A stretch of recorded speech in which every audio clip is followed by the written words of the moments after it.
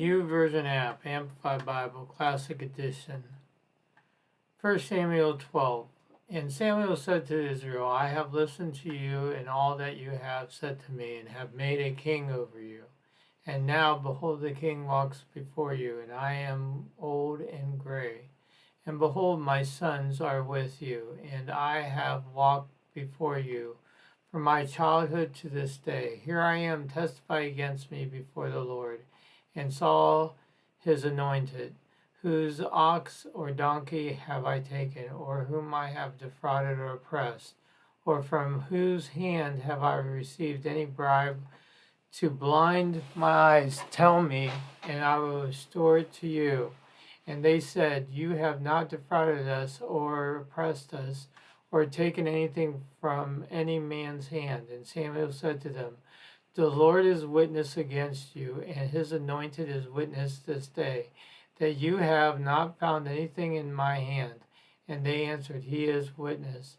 And Samuel said to the people, It is the Lord who appointed Moses and Aaron and brought your fathers up out of Egypt. Now present yourselves, and that I may plead with you before the Lord concerning all the righteous acts of the Lord, which he had for you and your fathers, when Jacob and his sons had come into Egypt, and the Egyptians oppressed them, and your fathers cried to the Lord. Then the Lord sent Moses and Aaron, who brought forth your fathers out of Egypt, and made them dwell in this place.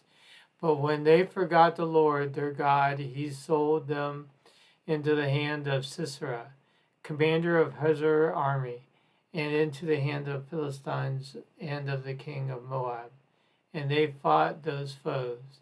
And they cried to the Lord, saying, We have sinned, because we have forsaken the Lord, and have served the Baal and Ashtaroth. But now deliver us from the hand of the enemies, and we will serve you. And the Lord sent Jubal and Barak and Jephthah and Samuel, and he delivered you out of the hand of the enemies on every side, and you dwelt safely. But when you saw Nahash, king of the Amorites, came against you and said to me, No, a king shall reign over us, when the Lord your God was your king.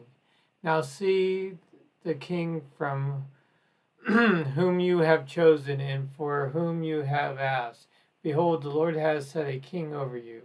If you revere and fear the Lord and serve him and hearken to his voice and not rebel against his commandment, and for both you and your king will follow the Lord your God, it will be good.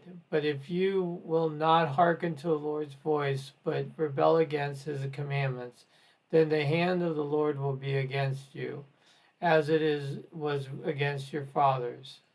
So stand still and see the great thing the Lord will do before the eyes now.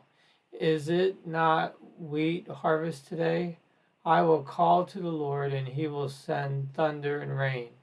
When you shall know and see that your wickedness is great, which you will have done in the sight of the Lord, is asking for a king for yourselves. So Samuel called the Lord, and he sent thunder and rain that day, and all the people greatly feared the Lord and Samuel. And they all said to Samuel, Pray for your servants to the Lord your God, that we may not die. For we have added to all your sins this evil, and asked for a king. And Samuel said to the people, Fear not, you have indeed done all this evil, yet turn not aside from following the Lord, but serve him with all your heart.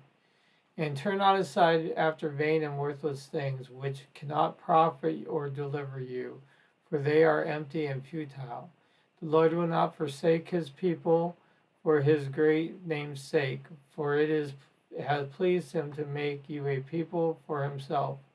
Moreover, as for me, for far be it from me that I should sin against the Lord by ceasing to pray for you, but I will instruct you in a good and right way. Only fear the Lord and serve him faithfully with all your heart, and consider how great are the things he has done for you. But if you still do wickedly, both you and your king shall be swept away.